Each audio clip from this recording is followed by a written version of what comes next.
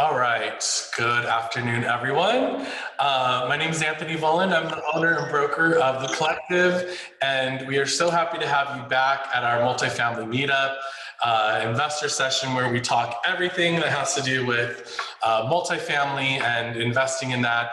Our mission at The Collective is to help you create different paths to wealth through real estate. And through multifamily, there's many paths to do that. So today's webinar is all about investing 101, how to get started, what are cap rates, what's a GRM, and so on. And you guys can see through some of the poll questions I had. We'll see kind of who we have on the call, and we'll review those in just a few moments. So let's release the poll results. Let's see, gonna end that, and I will share them with everyone.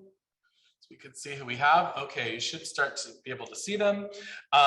So we're about 40% investors, 42% future investors, awesome.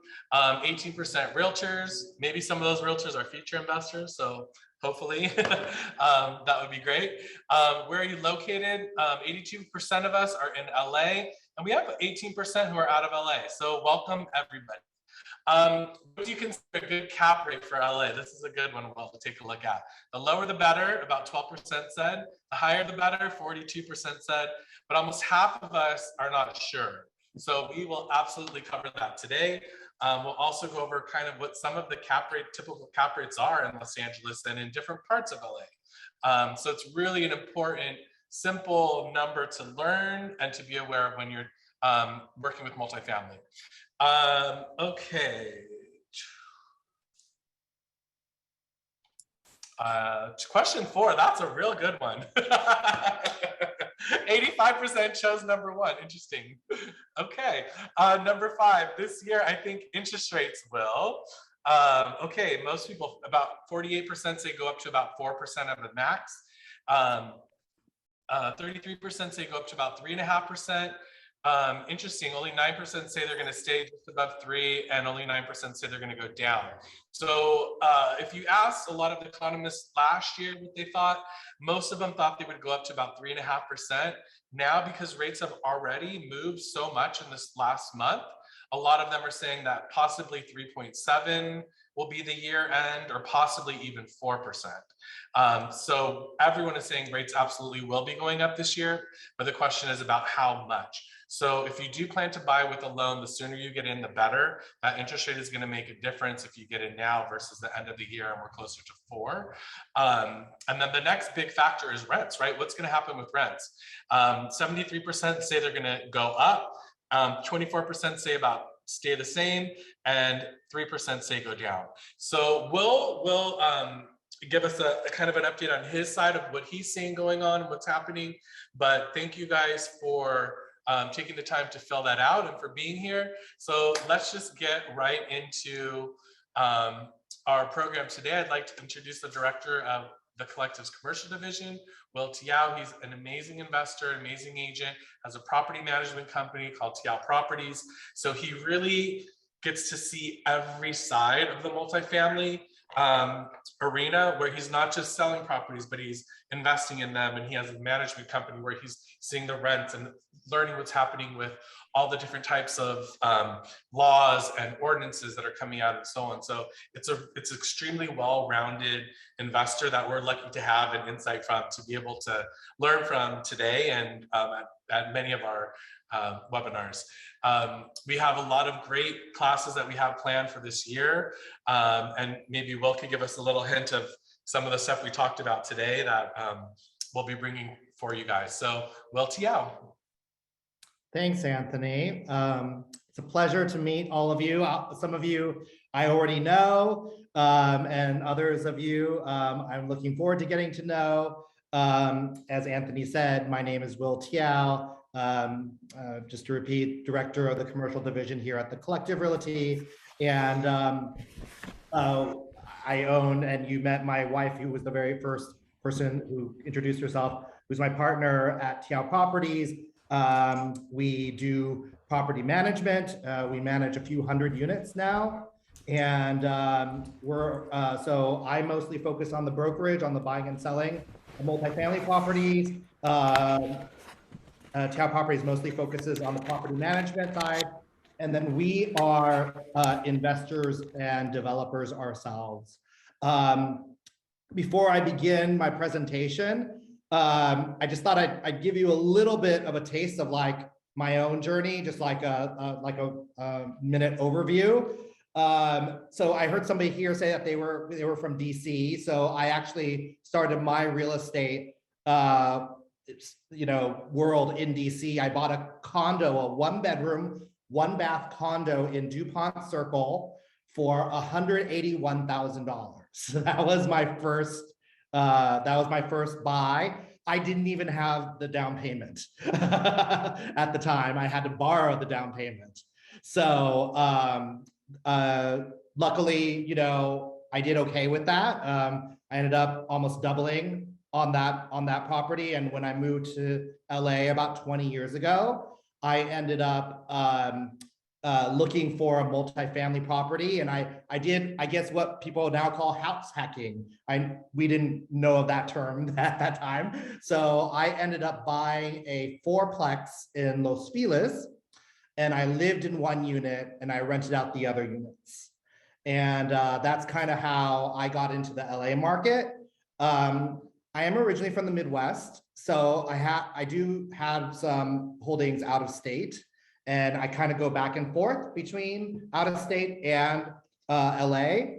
And I eventually ended up trading up from that, and that's something we'll talk about in the presentation about. And that's one of the nice things about real estate, that's investment real estate specifically, that really isn't available for any other investment, which is that you can really, as we talk about, trade up, So I took those 4 units and I ended up, exchanging them, doing a 1031 exchange and getting 54 units in the Midwest, in Kansas.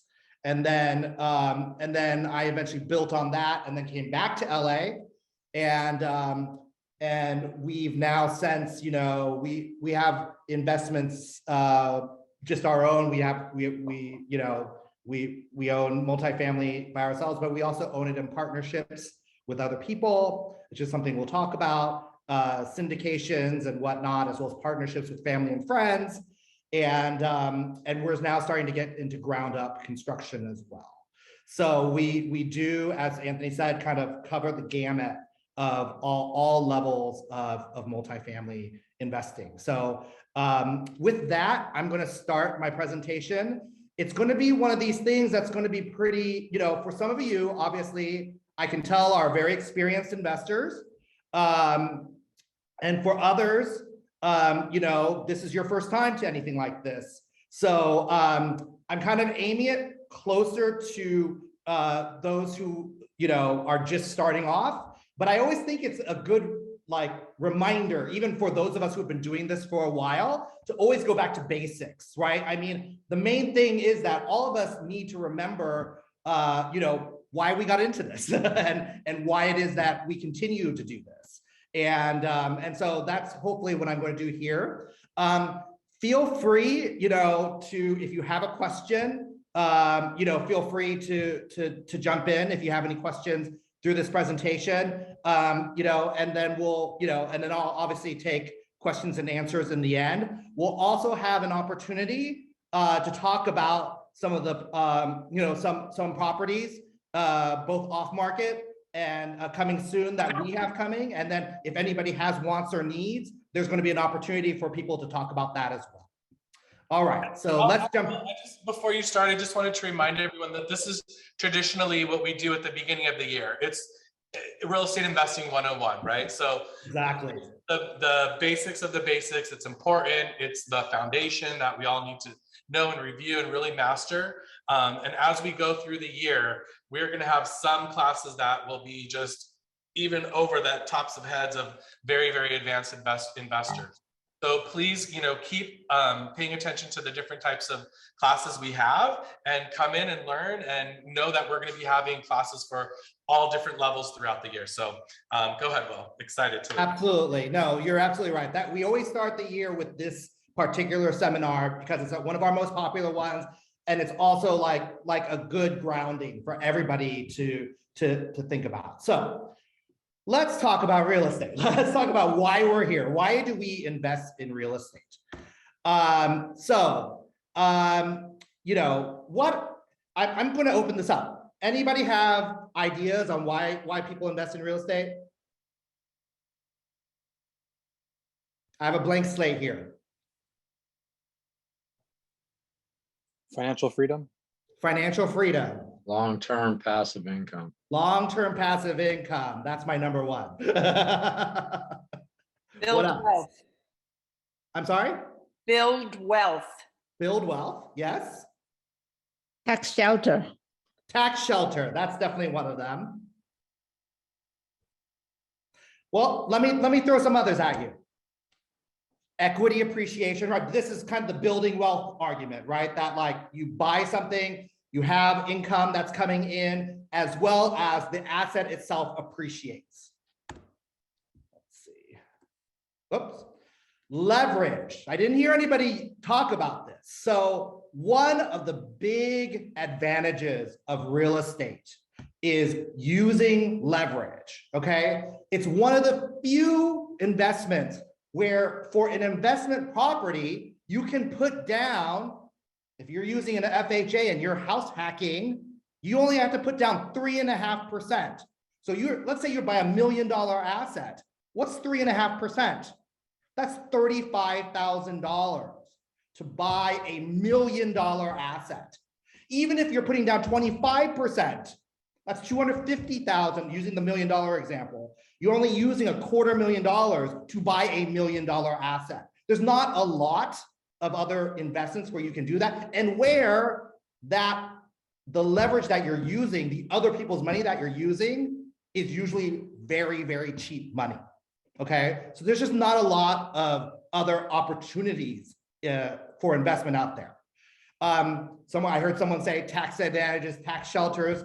The government has made it, you know, the tax code is very friendly to real estate investors. That's for sure. You know, there's lots of things that real estate investors can do to write off their taxes that a lot of other investors cannot. Something I talked about earlier, the 1031 exchange. So this is what I was talking about when I bought my first multifamily property. I bought a fourplex that I then turned into 54 units, right? And I did that through the tax deferred mechanism known as the 1031 exchange. And we always, every year, do at least one session on the 1031 exchange because it's something that, like I said, no other investor has the ability to do. There used to be 1031 exchanges where you could like trade businesses. Like say you had a rental car business and you wanted to buy a bigger rental car business and you made a profit on it and you wanted to defer the tax, you could do that. That doesn't exist anymore. That changed in the 2017 tax reform. The only 1031 that still exists is for real estate investors. And we almost lost that this year. You know, it was a big talk, and luckily we still have it. And it's an amazing thing to take advantage of. So, agreed. So, talked about the pros. Let's talk about the cons, because there are pros and cons of anything whenever you are investing in something, right? Investment connotates risk, right? There's always a risk. So, what are the risks? So first, if you're considering investing, particularly multifamily real estate, generally speaking, you can't start with nothing, right? You have to start with some capital and you have to have some capital reserves, right? So you can't just, literally start with nothing. You do have to have some capital to begin with typically.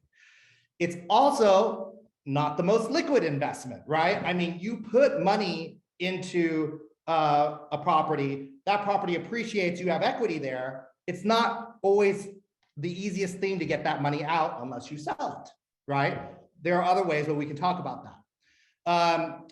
Management. This is the big one for a lot of folks about why they don't like to invest in real estate, is because they don't like to deal with tenants and all the problems that come with owning multifamily real estate.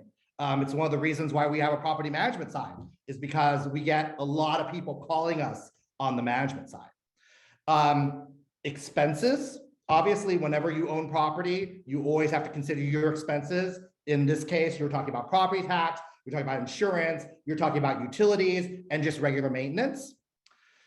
And then there's what I call the X factor, the legislative factor, which is that, more and more, particularly in Los Angeles, multifamily properties are subject to various types of rent control, various eviction moratoriums, just various legislation that can affect, your bottom line, and so that's always a risk when you're looking at potentially investing in real estate. All right. Now, a lot of people will be like, well, how do I know if a property is worth something, right? Like what does it mean? How are we able to figure out what the value of a property is? So I'm going to give you two tools in today's seminar that kind of they're the standard toolbox of any investor, any real estate investor who's looking to do them. And they're kind of quick and dirty, but they're also it's the language of investors that everybody here who's interested in doing this needs to understand. The first is what you see on the screen here, a gross rent multiplier. Can anybody tell me what a gross rent multiplier is? Also known as a GRM. Bueller, anybody? One? No? Okay. A gross rent multiplier is a number that you get from taking the list price of a property and dividing it by the yearly income, okay? So for ease of, for us, as you sharpen your pencils, or for me, it's usually my phone calculator. I would highly suggest that some of you guys start taking notes or pulling out your calculator, because we're going to do a little bit of math here. Not a ton, just a little bit, okay? So let's start with the idea of a property let's just use an easy number, $1 million, okay? Property is worth $1 million. Let's say the rent on this property is $10,000 a month. Say it's 4 units, like what I have, 4 units, each gets $2,500 a month, right? Totally reasonable, that's totally possible, right? So you're getting $10,000 a month in monthly income. What's the yearly income?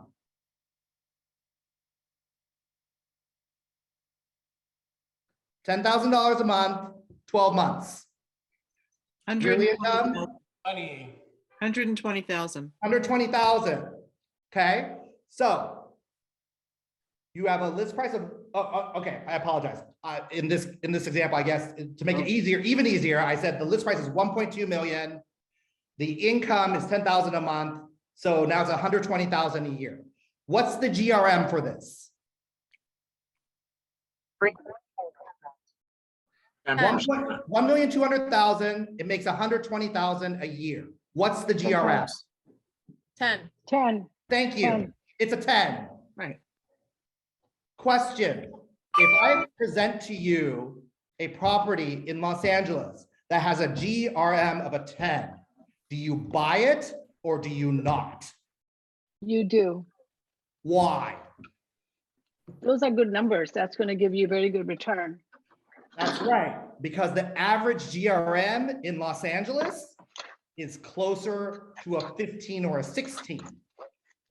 So you could literally, if someone actually listed something that had a GRM of a 10, you could literally buy it from them and the next day sell it for 15 or 16 GRM.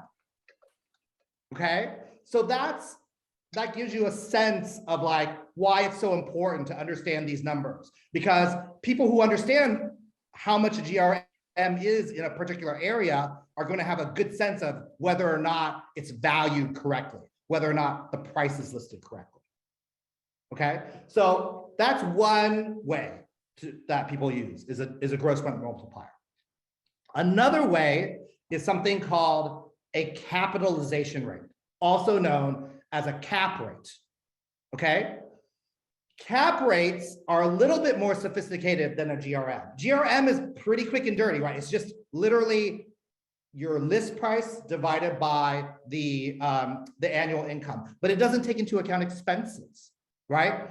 Cap rates take into account expenses. Okay, so how do you calculate cap rate?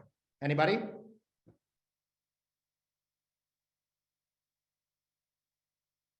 Bueller?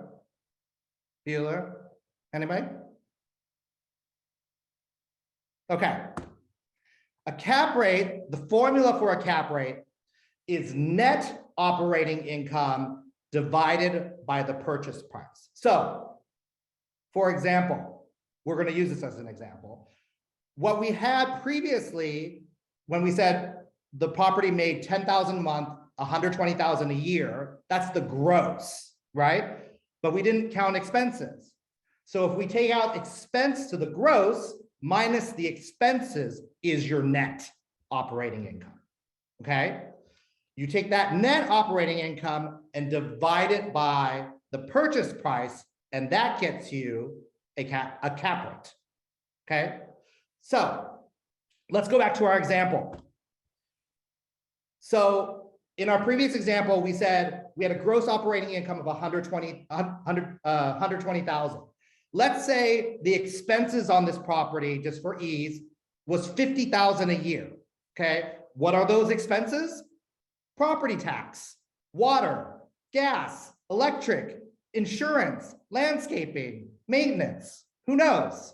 That's what that 50K is for, okay? So we add that 120,000 as our gross minus 50,000 for our expenses gets us 70,000, right? Now, what did we say our price was? 1.2 million, right? Can somebody tell me what the cap rate is? 5.8. That's correct. 5.83 is the cap rate. I'm going to ask you the same question. If I present you a property with a 5.83 cap rate in Los Angeles, do you buy it or do you not? Yes, you do. Why? Going cap rates in Los Angeles are probably around 3 to 4%. So That's 5. correct. Yeah. That's correct. Okay. So if you buy something at a 5.83 cap rate, you can turn around and sell it for a 3 or 4 cap rate. Okay. So that's why it's very important to understand how people come up with these numbers. Okay. Because at the end of the day, that's what we're doing, right? We're, especially as investors. As investors, you're focused on, does this thing pencil out? You've probably heard that term before, right? Like, does this pencil out? That's what we're talking about here. We're talking about, does a property pencil out? Does it make sense as an investment? Okay. Now, a couple things, by the way, before we end, I'm going to show you an actual property with actual rents, income, and expenses, and I'm going to ask you to do the same thing. Heck, I'm going to do that now. Let's share another screen. So the first question we asked in the poll was, is a higher cap rate better or a lower cap rate better? Right. Right? And we had a lot of different answers. So hopefully people know now which one is better. Yeah, so that's a good question. It's a good question. Is it better to have a higher GRM or lower GRM? Lower GRM, Why?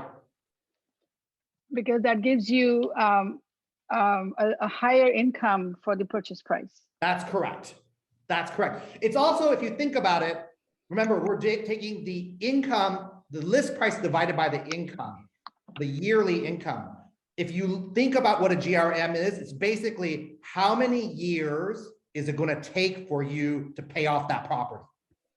So in our case, it was a 10 GRM. That means it would take 10 years to pay off the property.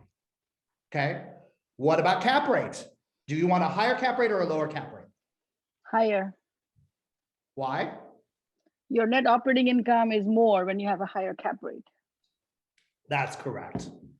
And one thing for everyone out there, investors, future investors, realtors, you have to understand what these numbers are, because a lot of times the numbers are not inputted correctly into the MLS. Sometimes a realtor will put a GRM under a cap rate number. So you have to sometimes verify and make sure what you're looking at. So JR put something, sorry, I just started looking at the chat. So JR just put, the higher the cap rate, the property is in a challenging or bad neighborhood.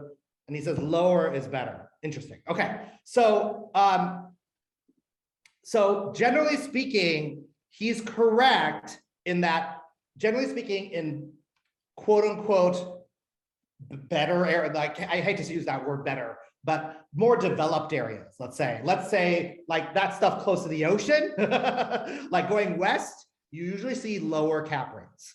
As you go east in Los Angeles, you start to see the cap rates go up, okay? And that's generally speaking, a general rule, okay? If you go out of state, you start to see all sorts of different cap rates in different places, depending on where it is. So it's something to consider when you're looking at cap rates. If you want a higher cap rate, you're like, wow, that thing has a higher cap rate, but you have to look at the area it's in. Are other properties in that area also selling for that cap rate? Might be getting a good return. Is there a reason it's getting a good return? Maybe it's because it's a less desirable area. Okay, so those are all things to consider. Now, here is an actual property I'm about to put on the market. Okay. This 168,480 number it's a 5-plex. This is a 5-plex. Okay. There are three bedrooms and two bedrooms. Okay. It is those 5 units get 168,400 a year.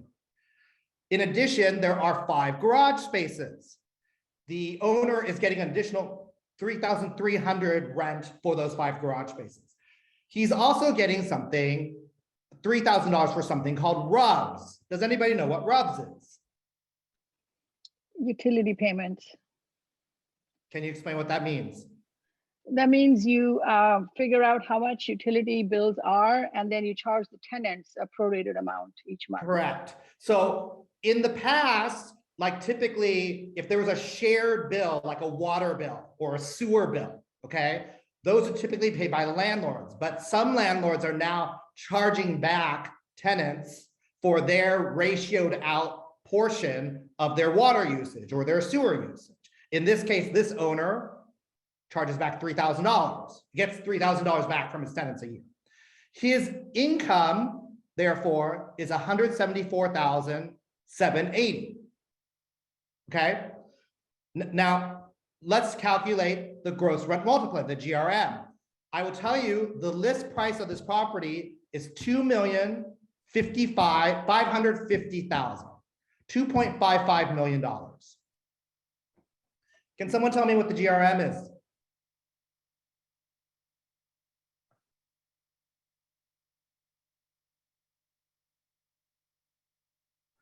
$2,550,000 divided by the gross income, 174,780. 14.59. Correct. That's the gross rent multiplier. Okay. Now the expenses are here, 44,092, and that's broken down below. Real estate taxes, insurance, repairs and maintenance, landscaping, utilities, and pest control. So that's 44,092. So you take the gross income, the 174,780 number, you minus out, you subtract out the expenses, you get the net operating income, 130,688. What is the cap rate if the list price is $2.55 million? 5.13. Correct. 5.13. Question. It's good to buy or bad buy? I will tell you where it is. It's in historic Filipino town. For those of you who know where that is. Is this a good buy or bad buy?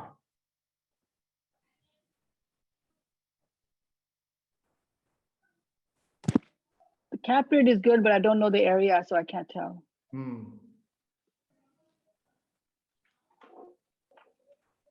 Anybody?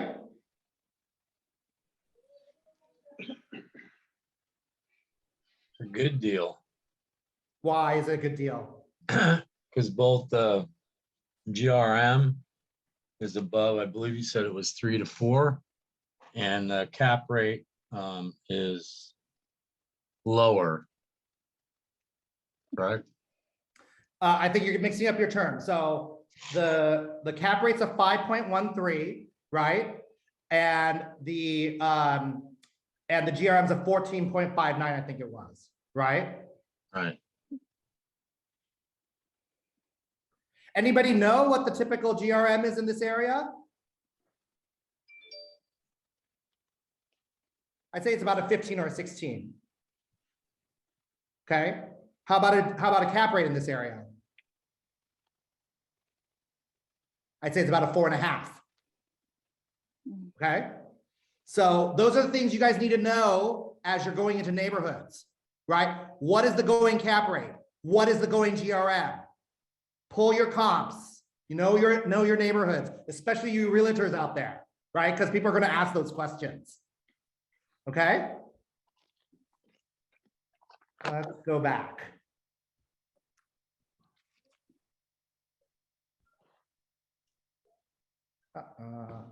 Click to exit full screen. Oh, there you go. Okay.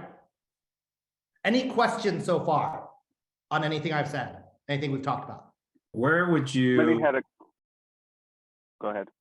where would you find a going cap rate or a GRM for that matter? You have to do research. You have to look at other listings, right? You have to do your comps.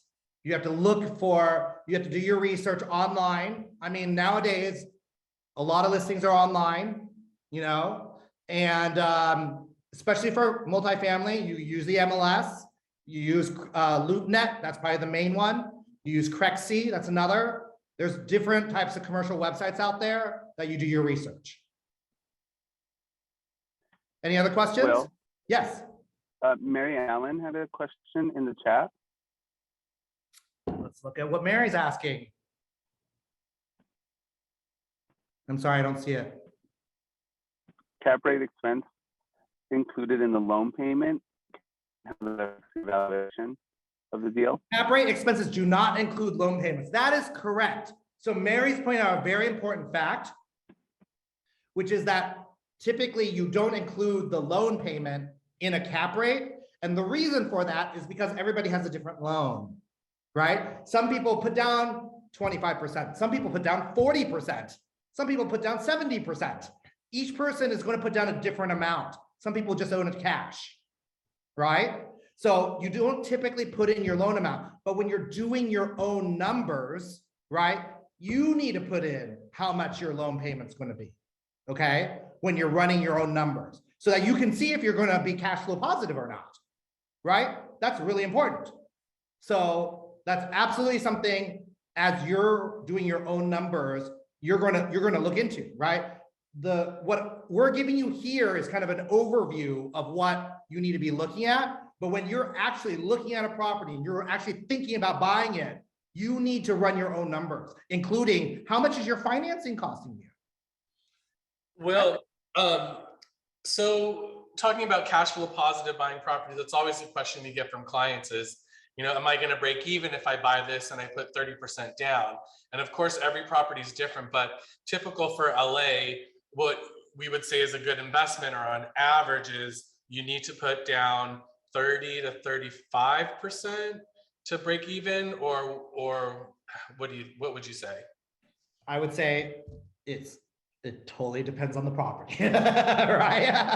I mean, there's so many properties in Los Angeles where because of rent control, you have properties that are not getting as much cash flow, right? At least initially, right? And then some people then go in and there's different strategies and we can talk about that. But if you're talking about just a straight, like the property I just talked about, that one, all the units are at pretty much market rent, okay? And I would say for something like that, yeah, you're probably looking at putting 30 to 35% down in order to break even, be cash flow positive. Once again, depending on how much the cost of your financing is, right? So that's something you want to run through every property with your lender.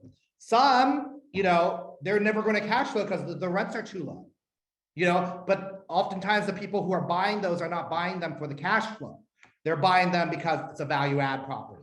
It's a property that they can then do something to that can raise the appreciation up so much, that they've effectively, and I've done it myself, doubled, even tripled, their initial investment. Okay. Great. Now, once again, feel free to ask any questions as we move on. How to read a listing in LA, because we do have all these rent control rules. There's usually two numbers that you see in a listing when it comes to the rents of a property, right? One is the actual rents. Actual is what it sounds like. It means that's actually how much the tenants are currently paying. Another term you'll often see is pro forma rents. What does pro forma rent mean? Anybody? Fair market rent. Fair market rent. Or what the agent is saying is fair market rent. Correct. Right? Okay. So that's something to consider as you're looking at investing in properties. Another thing you really need to think about when you buy a property is how are you holding title? And this is something that I'm sure we're going to have Zoe come and talk about at another seminar. But you want to think first and foremost, how do you want to hold the property? Do you want to hold it by yourself? Do you want to hold it in community property with your spouse? Do you want to hold it as in a trust so that if something happens to you, it goes to your heirs without having to go through probate? Are you buying in a partnership, right? Say me and Anthony decide to buy a duplex together, okay? But if I die, I want my part to go to my heirs and Anthony wants his part to go to his heirs. So we buy it as tenants in common, right? We're partners. In this case, we're 50-50 partners, but we're saying we each own half, but we can give our half to somebody else, okay? Now, if we owned it as joint tenants, let's say me and Anthony were brothers, right? And we bought it as joint tenants and something happened to me, then my share would then go to Anthony. Okay, that's what it means when you buy something as joint tenants. And then finally, a lot of people buy them in limited liability corporations, LLCs. And LLCs can be very useful, particularly for liability. Because if you own a lot of properties or have a lot of assets, it doesn't even have to be property, right? And you have a problem at that property, but you own it in the LLC, then whatever's only in that LLC can be liable for whatever is going on, so that it doesn't affect your other investments. Think about what type of, Will. I'm sorry? Dave Watts had a question about that. Yes, what was, sorry, what's the question? He's asking if you personally have to take out a loan, not the LLC, like who qualifies? I'm guessing. Well, once again, that's a lender question. Some lenders do allow you to take loans in an LLC, okay? And even within that, there's something called recourse and non-recourse loans, okay? So a recourse loan is like you're buying something in an LLC if the lender allows it, right? But you're still personally liable for those loans, okay? At the end of the day, even though you own it in an LLC. A non-recourse loan is a loan that says, okay, you are not personally liable, only the LLC is liable for that loan, okay? Obviously, non-recourse loans are more expensive than recourse loans, generally speaking, right? Because recourse, they have recourse, they can go after you and your whatever assets, right? Some lenders, particularly in the residential space, in the 1 to 4 unit space, don't like you to take something in an LLC. They ask you to put it in your personal name. Every lender is different. You need to ask them before you go into a loan, okay? So as you're thinking about investing in properties, think about what type of property you want. I always think of this as a continuum, okay? and it's the first question I ask my clients or prospective clients when I'm talking to them is that, what type of property are you looking for? And I usually say, if you, on one end of the continuum is what I call turnkey properties, and the other I call like, you know, just ground up developed, just land, okay? And in the middle, I would call those fixers. So usually when I start with my clients who are beginning clients, they usually, and I did this myself, I start off with turnkey, right? And what does that mean, turnkey? It means a property that you can just buy and you don't have to do anything. It's turnkey, it's ready to go. You don't have to fix anything, everything's in good shape, you know? So usually I notice that initial investors typically like turnkey. As you become a little bit more advanced, you start to move down the ladder, you know? Then you start looking at fixers, okay? Because you know you can maybe get a fixer for cheaper, fix it up, and then sell it for a profit, but it's not what everybody wants to do, right? Some people like to stay in the turnkey. They move, you know, and then later on they move to fixers. And then later on, some of those people who are in fixers then start to move into ground up development, where they're literally looking at just a piece of land and they're thinking, okay, what can I do with this land, right? So you have to think what you're looking for. Are you looking for land? Are you looking for a fixer? Are you looking for turnkey? Are you looking for triple net property? Are you looking for a commercial property where you don't do anything? That's like Dollar Generals are triple net properties, KFCs, Jack in the Boxes, gas stations. A lot of those are just commercial tenants who pay for everything, including taxes, insurance, expenses, etc. And they call that what they call mailbox money, right? You literally just get a check every month, right? What's the con of that? The con is those leases come up every 10 or 15 years. Are they going to stay or are they not? And if they don't stay, how long are you going to be empty? So those are all questions to consider. Also, are you looking for multifamily? Typically it falls into two buckets, residential and commercial. Residential is 1 to 4 unit properties, okay? Because from a financing perspective, Fannie Mae, Freddie Mac, they focus on 1 to 4 unit properties. 5 units or more gets you into commercial property. All it means is that the financing is such that Fannie and Freddie are no longer guaranteeing those loans. Those are just bank loans that are out there that are private loans. And they typically don't have a 30-year fixed option. They typically have, you switch, you have adjustable rate mortgages every 5, 7, or 10 years, you know? So those are all things to consider. And going back to the 1 to 4, I always like to remind people that it's possible to get an FHA loan if you don't even own a property yet and you're looking to invest and buy multifamily.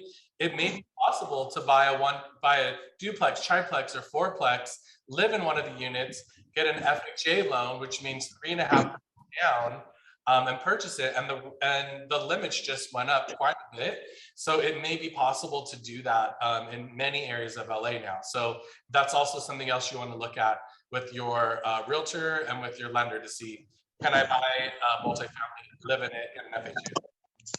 And for the realtors out there, note that there are realtors who specialize in each of these categories often, right? There are just people who are land brokers. They just focus on land. There are people who do a lot of fixers or just do turnkey. There are a lot of folks who just do triple net because that's its own specialty. And then even within the 1 to 4 versus 5+ unit space, usually agents tend to do one or the other. You typically don't see a lot of people selling both 1 to 4 units as well as 5 and above. Okay, we do, but that's rare. Most of the agents I deal with are either commercial and only deal with 5 units or above, or they're residential. They deal with 1 to 4. Okay. Think about your financing, okay, when you're looking at multifamily properties. How are you buying this property? You buying it cash? Are you using bank financing? Are you using private financing, also often known as bridge loans or hard money?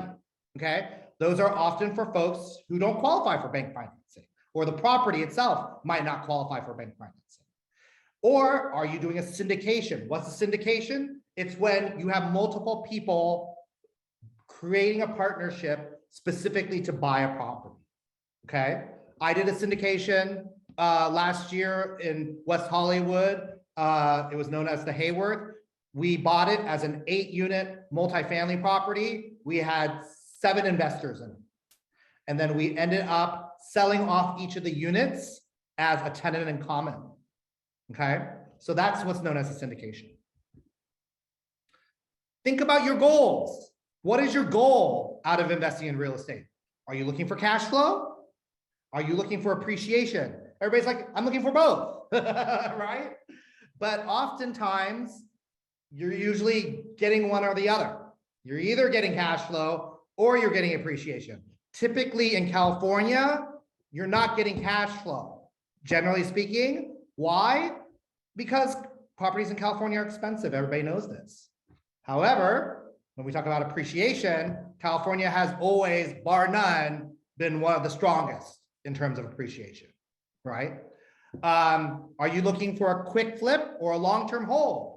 You know, is this something you're planning to just get in, do a quick flip, and then get out? Or are you looking to hold this for a while? You know, is this something you can see yourself doing a 1031 exchange where you buy something, maybe hold it for a little while, and then you want to go from 2 to 4 units, 4 to 8 units, 8 to 20 units. You know, that's how we've done a lot of our long-term investing. How do you want to manage the property? This is a very critical question. It's one of the hardest ones for most people.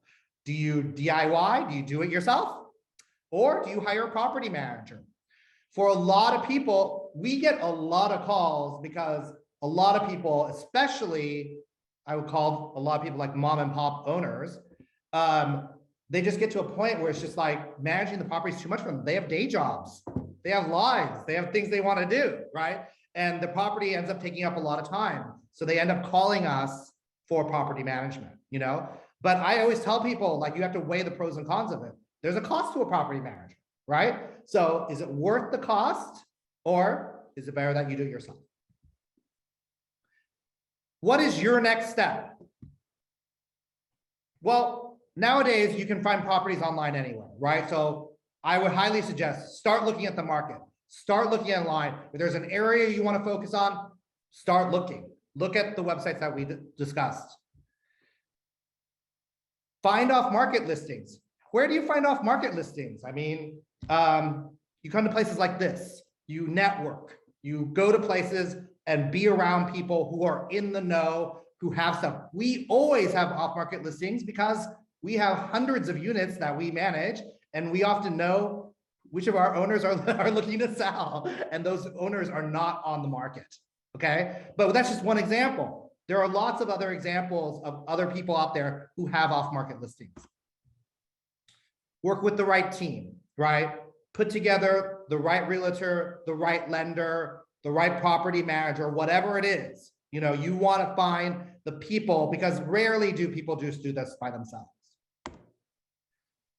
Come to our upcoming investor seminars. Look at other seminars that are out there. I think I will say, I'll give Anthony myself a little pat on the back here. I think the reason why this has been one of the fastest growing multifamily meetups in Southern California is because we do our best to provide free information for investors. Yeah. I mean, the quality of speakers that we have month by month, with so much of the work, you know, and speakers being found by Will, it's really been amazing. I just posted also in the chat our YouTube page. Many of the past seminars we've done, we recorded and put on YouTube. This one will be on YouTube as well. So check those out. It's really worth it. And follow us, subscribe to our channel, like it. The more, you know, the more exposure you can help us do, the more people we're able to help, you know, build wealth in the right way. So. And that's pretty much it. I don't, you know, like I said, I like to use this opportunity, obviously, to open up for any questions people have. But I also want to open it up for folks that have wants and needs. There is a question. There is a question, Will. Yeah. Jamie had one on the text. He said, what are the rules with the ability to do syndication with non-accredited investors? It's a good question. It's a question for a lawyer. It's a question for a lawyer. Every syndication slightly different. I've done syndications with non-accredited and accredited lawyers, but I always accredited investors, but I always hire a lawyer because you know, you get into some tricky waters when you work with non-accredited investors. They're much more protected than accredited investors are. So you definitely want to talk to a lawyer. If you want someone, let me know. I'm happy to give a reference. Lawrence has a question. Go ahead with your question, Lawrence. Yeah, I guess, there's a lot of people that maybe buy properties and, convert them into Airbnbs, and just wanted to, get a sense as to, do you have a feeling as to, how that market is for LA? Well, so people call it the STR market, right? The short-term rental market. And I think the challenging part about the STR market is that it's the regulations, right? So in the city of LA, technically, if you have a multifamily property that's under rent stabilization ordinance, which is the vast majority of units, you're not allowed to do short-term rentals. The city of West Hollywood flat out bans them. So does the city of Santa Monica. And so 30 days or more, you can do it, but nothing less than 30 days. Yeah. So I feel like the regulatory market is challenging for short-term rentals. People do it. Some people do it under the radar. Some people live in them and then like they rent out rooms. That's what's known as hacking, right?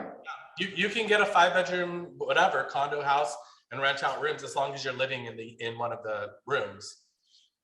So that is legal. Well, there's a question we didn't quite get to regarding rents. As part of our first poll, are rents going up or down? What do you see happening with that through this year? What have you seen over last year? So that's an interesting question. Sarah, are you still on the call? I see your face on here. I am. What was the question? The question is, are rents going up or not? You were our leasing manager for quite a while. What are you seeing with rents? So when I'm doing rent surveys, and it does depend on the area, but for the most part, the areas that we've been doing rent surveys on, the rents have been steadily going up and staying a little bit consistent lately, but they have been increasing, especially since last year, pandemic. It's definitely going up. Yeah, I think we saw definitely a decrease like when COVID first hit, and that stayed for a little bit, but then since then, like I would say going into 21 and definitely into 2022, we're definitely seeing increases. Yeah, it's going back to what I don't think that it was how it was before COVID, but it's getting there. Yeah. Thank you.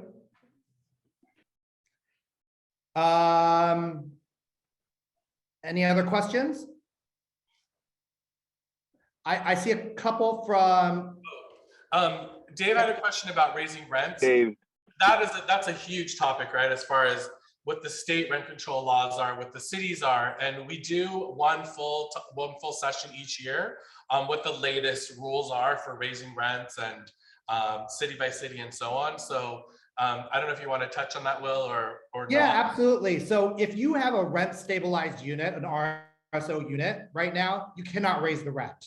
As we're still under a state of emergency, and technically per the city code, you can't raise rents for at least 6 months, or I think it's a year after they lifted the state of emergency, and they haven't even lifted the state of emergency yet.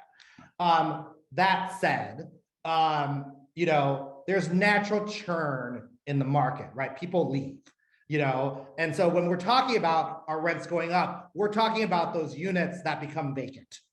And like I said, there's just a natural churn. People leave, they get married, they couple up, whatever, they need more space, right? And so like we're seeing those types of rents go up, particularly because some people are staying longer in some of their units. So I have a question. This is Michelle, if you have properties under rent control right now, you can't give them the typical 3% annual raise because we're still under the mandatory moratorium? Under this, yes, we're still under the state of emergency. Yeah. Until they lift that, and then supposedly it's going to be a year after that. I That see. we Okay. can raise. All right. Thank you. Yep, no problem. Generally speaking, this if your property is under rent control in the city of Los Angeles, it's usually between 0 and 7% every year that the city will vote on how much you can raise it. Between 2012 and 2019, that was 3%. So that's why most people think of it as 3%. In 2019, it went up to 4%. And then in 2020, when the pandemic hit, it went down to 0. So it just depends on the environment. Yeah. Also, just wanted to let everybody know, I'm sure you've heard about SB 9 and 10. Those are bills that everyone's still trying to learn about and understand how is that affecting single family, how does it affect multifamily. We do plan on having some sessions just to unravel that and to help educate you on how you may be able to take advantage of building wealth through both of those new laws that are in effect. So stay tuned for more info on SB 9 and 10. Anything else, Will? I do. I have a few. I have a few upcoming listings that I'd like to. They're not on the market yet. So I have that one that I shared, which is in historic Filipino town. That's going to come out on the market at 255. I have another one. It's a 6-unit in Silver Lake. 5 2-bedrooms and 1 1-bedroom. The cap rate on that is going to be a 5. It's about the same, 5.12. And the we're going to list that at 2.85 million. And then I have a 16-unit that's going to be a value add property, and we haven't determined the price on that yet. But that one will be kind of in the Los Feliz Thai town area. And if anyone is an intro level investor, I have a property coming up that's going to be under 400,000. It's a studio, but the rents are good. It's in West Hollywood, prime building. It'll probably be listed around 390. Possibly could rent for around, I think the guy's paying 2,200 right now. So starting somewhere around there, maybe I don't know, somewhere around there, but definitely it's a kind of an entry level place that would be very easy to maintain. It's part of a condo. If you're interested in anything that, let me know. I'm gonna put in my email into the chat so that if anybody has any questions on those properties or any questions at all, obviously on the presentation, if you have any questions about cap rates, GRMs, anything we discussed, feel free to email me and I'm happy to send you the presentation. This is your chance, if you have any wants or needs, this is your opportunity to put it out there, what you're looking for. There's 50 something people in this room, so there's probably someone with what you want. Yeah, feel free to unmute yourself and let us know anything you're looking for or anything you might have coming up. Anyone? This is Zeth, and I actually just had a little bit of a follow-up question on the calculating the cap rates and the GRMs. You had said that, because you're very familiar probably with multiple zip codes and areas where you can kind of just rattle off the averages. And what I heard you say when someone initially asked that question, there's no kind of magic list that you can just go and reference, but I assume that you're constantly doing your homework, looking at comps, and where you just have kind of probably a working things for quick reference. And that's just something each of us has to develop, correct? Exactly. Or you work with someone who knows, right? That's about the team, right? About finding the people who are in the know. Each of us is busy, right? We could be a banker or we could be a stockbroker or whatever we're doing in our day jobs. We don't always have the time to do it ourselves. You find the right people who know that particular area. Okay, cool. Thank you. You're welcome.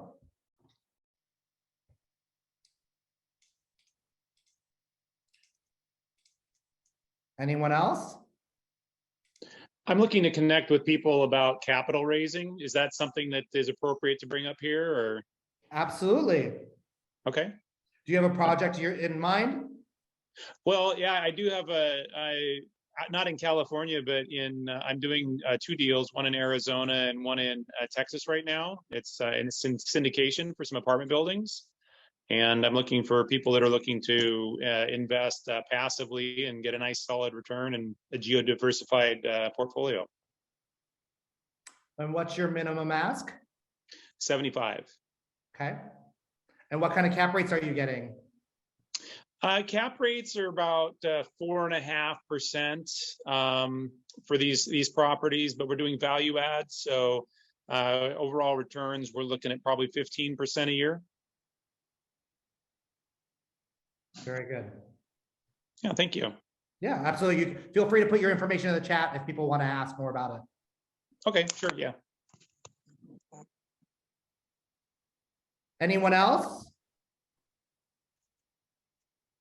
You all Hi. here for a reason, so I figured there's got to be others. Hi, I'm looking for a land or or a property that allows for mixed use and medical or dental office is allowed. If anyone has anything, I'll Is be. there a specific area you're looking for? Mostly in San Fernando Valley or around that area. Okay. Is there a size that you're looking for? The larger the better, but again, depends on the area and you know, a minimum of 10 to 15,000 square foot land. So you're looking for land. You want to build. You want to do a ground up build. Either that or something that can be used. It's already there and we can just fix it. Okay. So it could be pre-existing, Right. but it's got to be zoned for medical use. Correct. Okay. Got it. Thank you. Oh, this is kind of random, but I'm looking if anyone knows a business broker for an attorney's business, to sell an attorney's business. Totally off random, but you know, just throwing it out there. Absolutely. Anyone else? Hi, I'll jump in. Oh, sorry. Go ahead. No, go ahead, please. Hi, I'm a short-term rental operator, and I am looking for landlords. I know realtors know them. I know property managers know them. So I'm looking for properties around California and also out of state. So it doesn't really matter where the property is. I'm interested in learning more about it and seeing how we can fill your vacancies. Very good. Anyone else?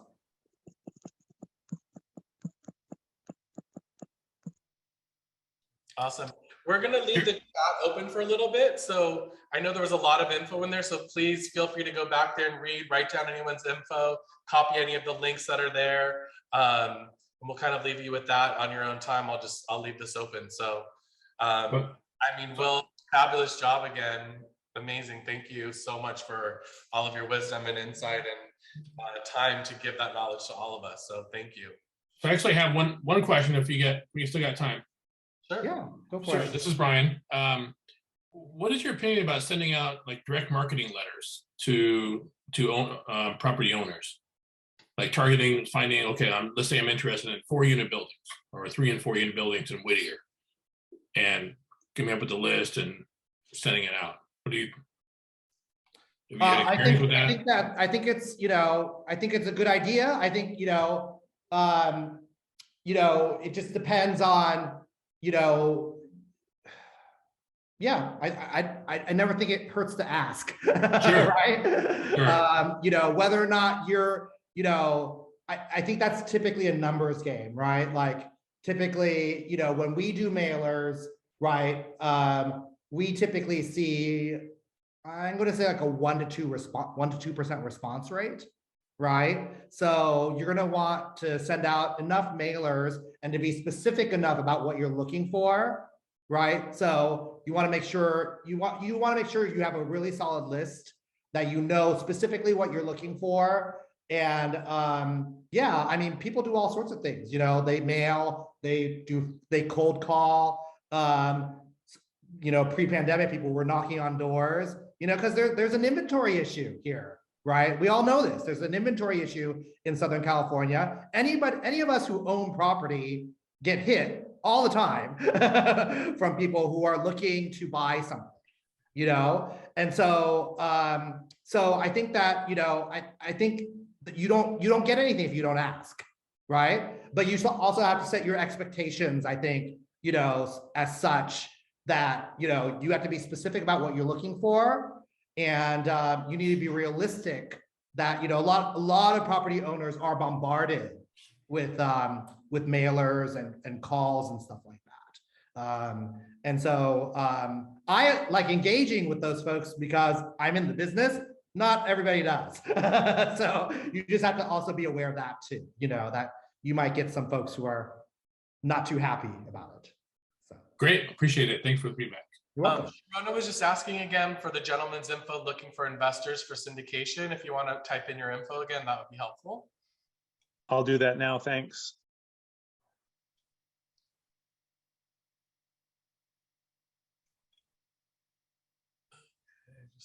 Hey, Will, I have a question. This is very random because it's something I'm literally experiencing. It just came up, something I'm dealing with on a property I bought in DC.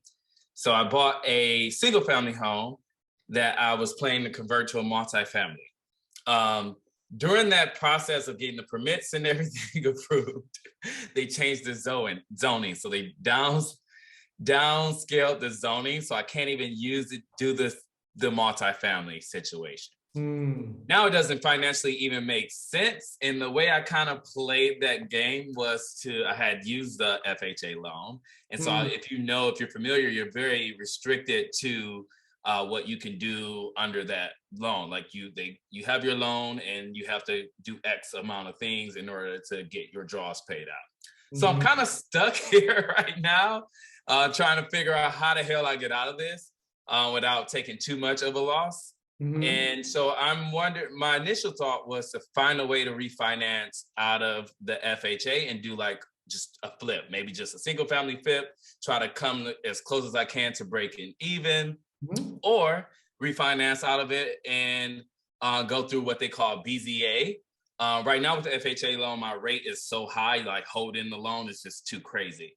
So I'm trying to refinance out, maybe get a smaller monthly payment. And then I can go through that BZA process of fighting, you know, to get the approval to build a multifamily and then coming out on top at the end. But I'm just wondering if you know of any lenders or anybody that will actually take on that type of loan, because the house has been gutted. It's crazy. I don't know if I need to partner with somebody and just we figure out a strategy together, because I don't think I'll have enough capital to do it all on my own. And so, yeah, I mean, this is me being very ambitious. No, it's totally understandable. And what you're experiencing, just to let you know, a lot of people have experienced, right? Like when you're starting off and you're getting into these more value add situations, you know, these things happen, you know, and there are risks involved. I mean, we talked a little bit about it earlier in the presentation. You know, each property has certain risks. And, you know, it sounds like a very specific situation. You might want to talk to a hard money lender, right? About, you know, your options to see if you could, you know, because some hard money lenders, they'll even come in and give you a construction, you know, line where you can use that money to then go fix it up and then flip it.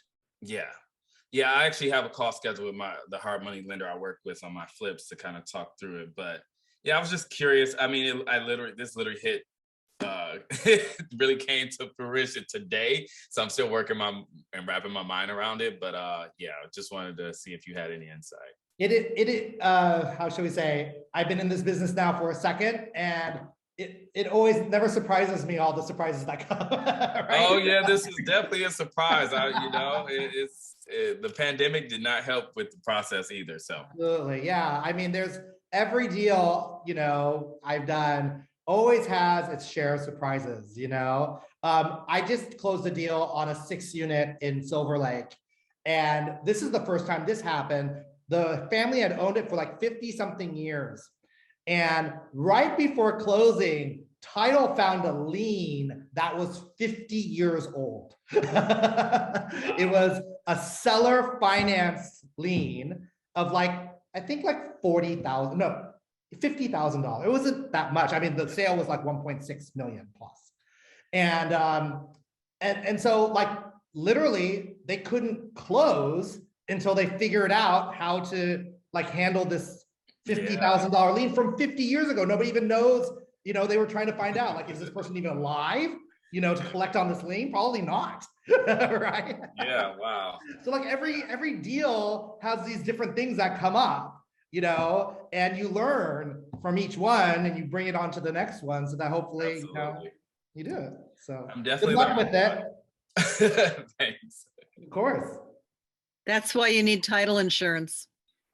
Yes. There you go. That's why you need title insurance. Good example. All right.